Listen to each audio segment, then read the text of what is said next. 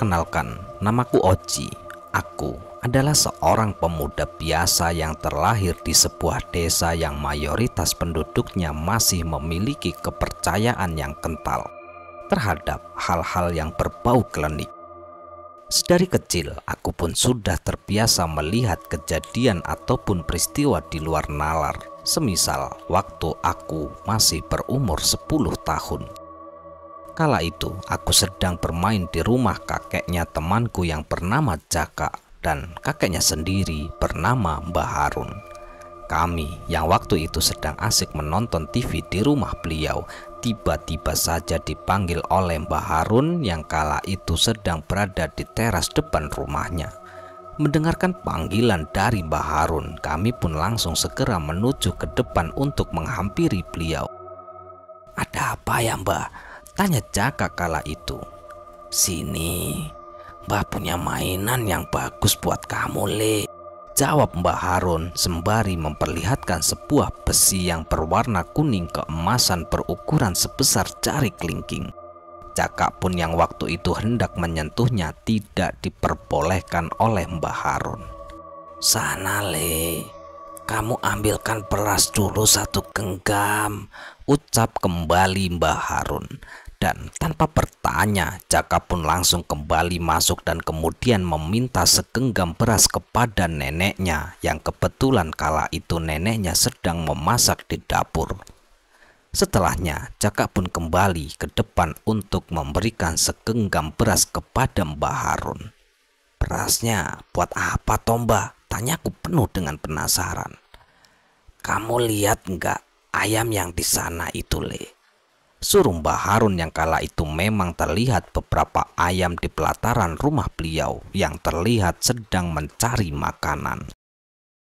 "Nah, sekarang coba kamu lempar sedikit beras kepada ayam itu, Le," perintah Mbah Harun kepada Jaka.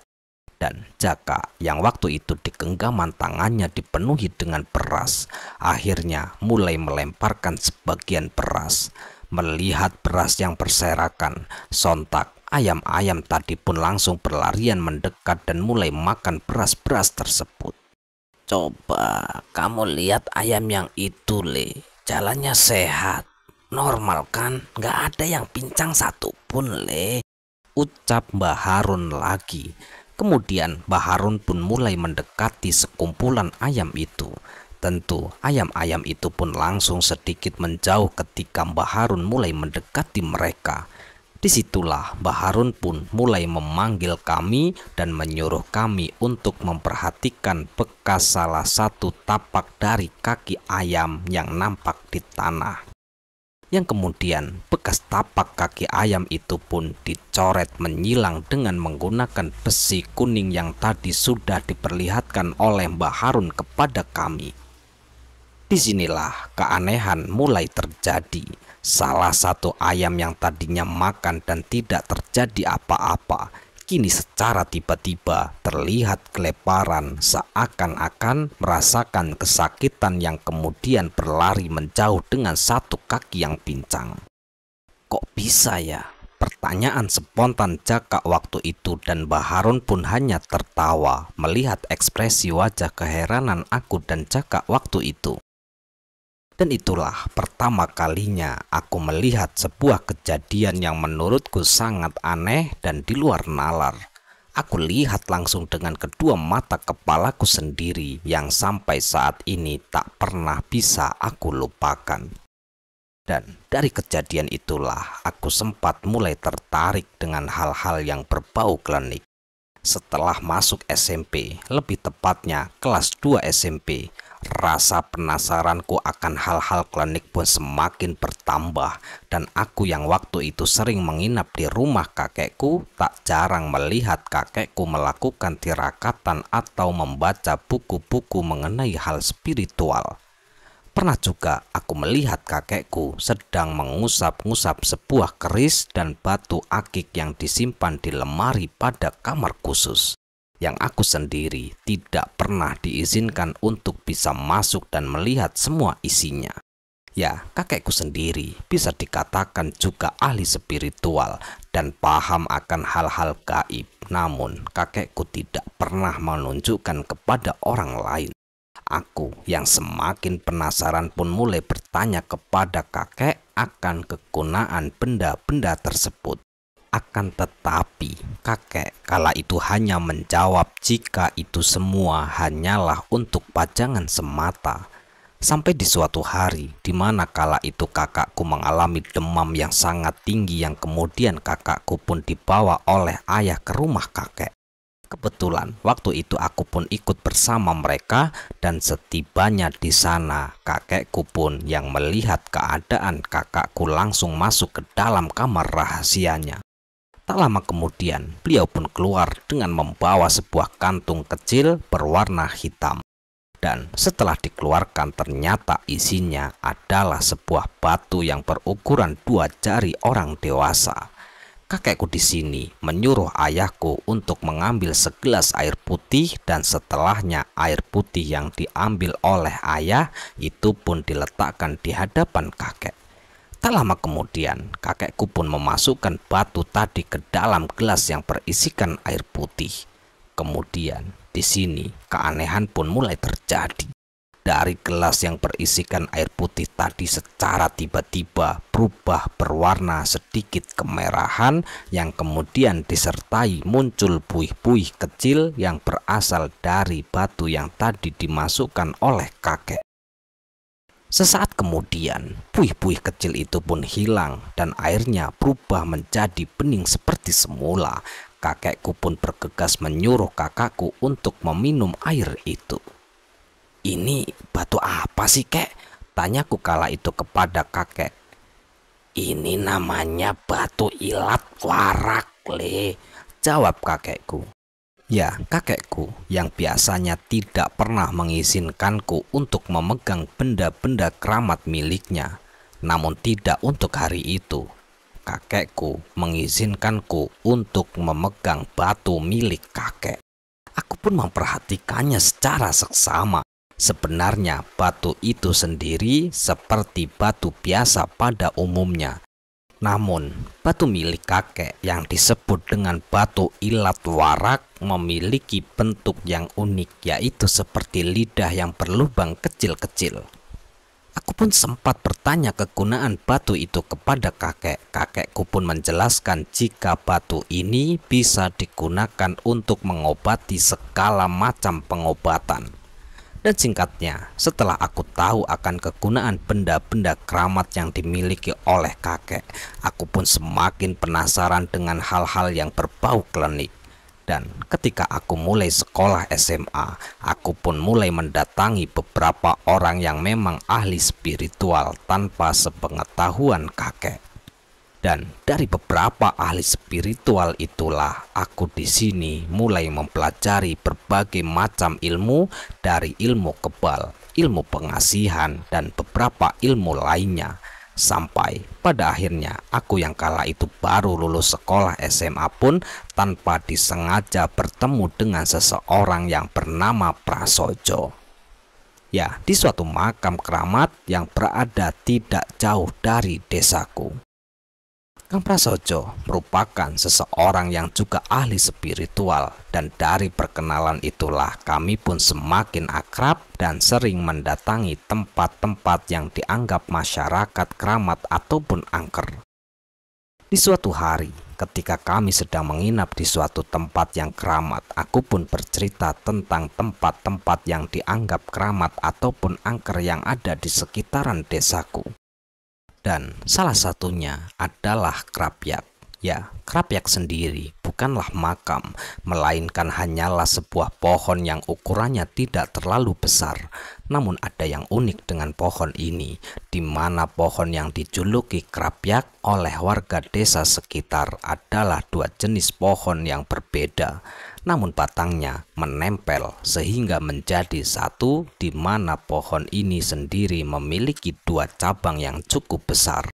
Dan kedua dahan ini memiliki daun yang berbeda, di mana dahan yang satu memiliki bentuk bulat berukuran kecil-kecil seperti daun pohon akasia.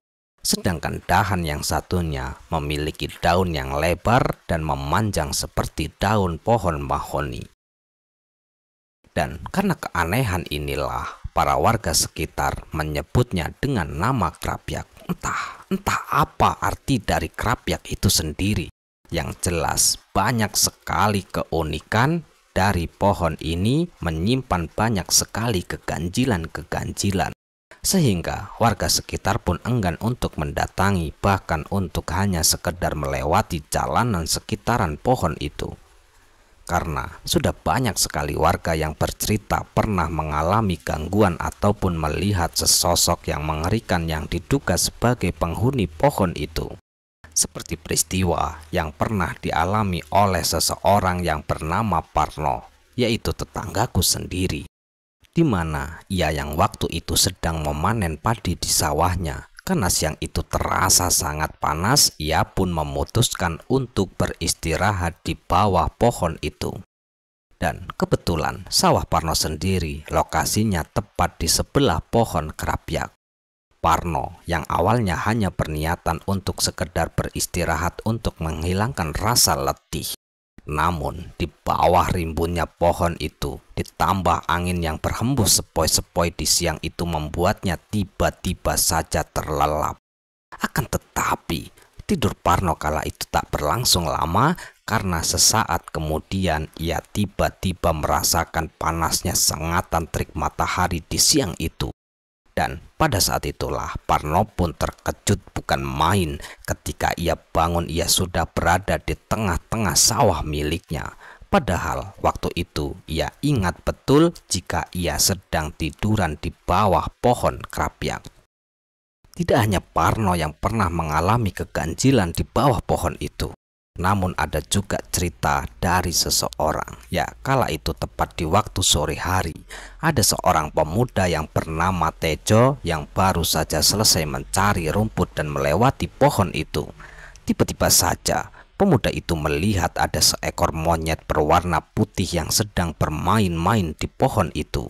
Kemudian monyet itu pun turun dan duduk di atas sebuah batu besar yang ada di bawah pohon Krapyak itu. Pemuda itu pun langsung bergegas mendekati dan berusaha menangkap monyet putih itu. Akan tetapi betapa kagetnya Tejo kala itu ketika monyet putih yang berhasil ia tangkap itu seketika berubah menjadi sesosok yang mengerikan, di mana kepala monyet itu terlihat mengelupas kulitnya, sehingga nampak hanya tengkorak kepalanya saja tanpa mata dan tanpa bulu-bulu. Monyet itu pun yang awalnya berwarna putih bersih, seketika berubah menjadi merah berlumur darah. Dan masih banyak lagi yang pernah mengalami hal aneh di pohon itu. Namun di balik keangkeran pohon Krapyak itu memiliki daya tarik sendiri bagi seseorang untuk sengaja datang ke sana untuk melakukan ritual pesugihan ataupun nyanggar. Ya, nyanggar adalah mencari ataupun meminta nomor togel kepada makhluk penunggu pohon angker tersebut. Dan menurut kabar yang pernah kudengar tentang ritual pesugihan itu akan dianggap berhasil ketika pelaku ritual melihat sesosok ular besar yang melingkar di pohon Krapyak dan melihat wujud batu besar yang ada di pohon tersebut terlihat menjadi sebongkah emas. Akan tetapi banyak dari pelaku pesugihan di sana yang membatalkan ritualnya setelah mengetahui harga yang harus dibayarkan jika ingin meminta kekayaan di sana selain biaya yang cukup besar. Ditambah mereka harus menumbalkan salah satu keluarga mereka, entah itu anak ataupun orang tua mereka. Dan dari hal itulah banyak orang-orang yang tidak berani untuk melakukan ritual pesugihan itu. Jika orang awam akan cenderung lebih takut dan menghindari tempat-tempat yang angker seperti pohon Krapyak, maka lain ceritanya dengan orang-orang yang ahli supranatural seperti Kang Prasojo. Ya, Kang Prasojo yang telah mendengarkan beberapa cerita soal keangkeran dan juga kejadian mistis di tempat itu pun justru sangat tertarik. Lalu ia pun mengajakku untuk ke sana. Dia pun sangat penasaran dengan pohon Krapyak yang aku ceritakan dan ingin sekali mengetahui sesosok apa saja yang menghuni pohon keramat tersebut. Dan singkat cerita, tibalah hari di mana hari yang sudah aku sepakati dengan Kang Prasojo untuk mendatangi pohon keramat itu. Selama ritual di pohon itu, banyak sekali keanehan demi keanehan yang muncul silih berganti. Yang awalnya hanya cerita dari orang, namun kini aku mulai bisa melihat dengan nyata menggunakan mata kepalaku sendiri. Ya, semenjak kenal dan juga sering mengikuti Kang Prasojo melakukan ritual, aku pun mulai berguru dengan beliau. Berbagai macam ilmu mulai aku pelajari. Bahkan aku pun mulai melakukan semua tirakatan yang menjadi syarat akan semua ilmu yang akan aku pelajari. Dari tirakatan puasa, bertapa satu malam suntuk, membaca mantra yang telah diajarkan oleh Kang Prasojo untukku. Dan pada saat itulah satu persatu ilmu mulai aku pelajari dan mulai aku kuasai. Namun Kang Prasojo berpesan jika semua ilmu yang beliau ajarkan tidak diperbolehkan untuk hal-hal negatif. Ya, semua ilmu dari beliau harus digunakan untuk hal yang bermanfaat, mengobati orang, dan masih banyak lagi. Satu persatu ilmu mulai aku coba. Dan setelah mendapat perintah dari Kang Prasojo, awalnya aku diminta oleh Kang Prasojo untuk mengobati salah satu pasien beliau yang bernama Wulandari, yang kala itu terkena serangan pelet. Dan alhamdulillah setelah mengawali semua perintah dari Kang Prasojo pun terus menguji akan ketangguhan ilmu yang telah aku dapat. Setelah Kang Prasojo sudah merasa yakin bahwa aku sudah siap untuk mengamalkan semua ilmu yang telah aku pelajari kurang lebih 7 tahun lamanya bersama beliau. Beliau pun meminta kepadaku untuk segera pulang lalu mengamalkan dan membantu orang-orang yang membutuhkan bantuan. Hari demi hari pun terus berlalu begitu saja. Aku yang kala itu masih tinggal di rumah orang tuaku. Setiap harinya aku selalu menghabiskan waktu untuk mengamalkan semua ilmu yang telah aku dapatkan dari Kang Prasojo. Hingga pada suatu ketika, datanglah seseorang yang berasal dari luar kota untuk meminta bantuan kepadaku mengobati penyakit yang sudah lama diderita oleh anaknya. Ya, Nanda namanya. Sedari Nanda berusia 15 tahun, ia mengalami depresi. Bahkan Nanda pun bisa dikatakan sudah tergolong orang ODGJ. Karena setiap harinya, ia hanya bergeming memanggil nama seseorang. Dan ternyata, penyebab Nanda bisa depresi karena putus cinta. Keadaannya benar-benar sangat parah. Orang tua Nanda pun sudah kehabisan cara harus kemana lagi mereka membawa anak mereka agar Nanda bisa kembali sehat seperti sedia kala. Dan pada akhirnya Nanda pun diantarkan oleh orang tuanya ke tempat Oji ataupun aku setelah mendapatkan informasi dari salah satu temannya yang pernah mengobati penyakit yang sudah lama ia derita. Dengan izin Tuhan, setelah proses pengobatan Nanda, keadaan Nanda pun mulai membaik. Dan akhirnya Nanda pun dinyatakan sehat seperti sedia kala.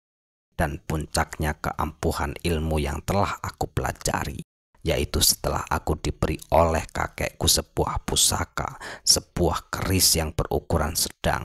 Dan pada saat itulah rumah orang tuaku mulai didatangi oleh orang-orang dari berbagai macam daerah untuk mengobati semua keluhan mereka. Ada yang depresi, ada yang sakit parah, bahkan ada pula yang tinggal menghembuskan nafas terakhirnya. Namun kembali lagi, jika Tuhan sudah berkehendak, maka seberat apapun penyakit akan bisa sembuh seketika. Dan sebuah keajaiban pun datang untukku yang kala itu bisa membantu banyak orang yang membutuhkan bantuan dari berbagai macam keluhan. Terutama yang banyak kala itu dari orang-orang yang mengalami penyakit semacam santet, asmara, dan masih banyak lagi. Sebuah pusaka, pemberian dari kakek menjadi penyempurna dari semua ilmu yang pernah aku pelajari di tempat Kang Prasojo. Hari demi hari pun terus berlalu begitu saja. Setiap harinya, rumah orang tuaku yang silih berganti didatangi oleh orang-orang yang mengalami keluhan berbagai macam penyakit. Karena saking banyaknya para pasien, aku pun lalu membangun sebuah tempat khusus pengobatan. Dan semua biaya pembangunan itu merupakan pemberian dari seseorang yang kaya dan juga dermawan. Aku pun terus mengucapkan puji syukur atas apa yang telah aku miliki saat ini. Sebuah keajaiban untuk memberikan pertolongan bagi mereka yang membutuhkan. Media penyembuhan dari berbagai macam keluhan penyakit yang mereka derita. Setiap harinya, rumahku pun selalu dipenuhi dengan orang-orang yang membawa harapan semua penyakit mereka bisa aku angkat, agar mereka bisa kembali sehat seperti sedia kala. Aku pun selalu menjalankan semua perintah dari Kang Prasojo dan juga kakek untuk selalu menjaga ilmu yang telah aku kuasai untuk berbuat negatif. Semoga aku bisa membantu sesama yang saling membutuhkan. Sebuah perjalanan panjang dari penasaran hingga berguru dan pada akhirnya bisa membantu sesama yang membutuhkan. Kang Prasojo dan juga pusaka pemberian kakek yang selama ini selalu aku jaga agar bisa selamanya bermanfaat bagi orang lain. Selesai. Ya, sekian cerita kali ini. Semoga cerita ini bisa menghibur dan cerita ini bisa bermanfaat yang kami harapkan. Dan kami ucapkan terima kasih banyak kepada teman-teman semua yang telah mendukung kami. Semoga amal kebaikan teman-teman dibalas oleh Allah Subhanahu wa Ta'ala berupa hal-hal yang lebih baik dan lebih bermanfaat dalam kehidupan kita semua. Dan untuk teman-teman dimanapun berada yang sedang sakit, semoga diberi kesembuhan. Yang sedang mengalami kesulitan, semoga diberi kelancaran dalam segala hal. Amin, amin ya robbal alamin. Dan untuk teman-teman dimanapun berada yang mungkin baru menemukan channel Kegelapan Sunyi dan baru mendengarkan cerita-cerita dari kami, yang belum mendukung kami, silahkan dukung kami dengan cara klik tombol subscribe-nya agar kami ini lebih bersemangat lagi membuat cerita-cerita terbaru di channel Kegelapan Sunyi. Dan untuk teman-teman, kami ucapkan mohon maaf yang sebesar-besarnya jika ada kata-kata yang salah yang kami sampaikan di dalam cerita.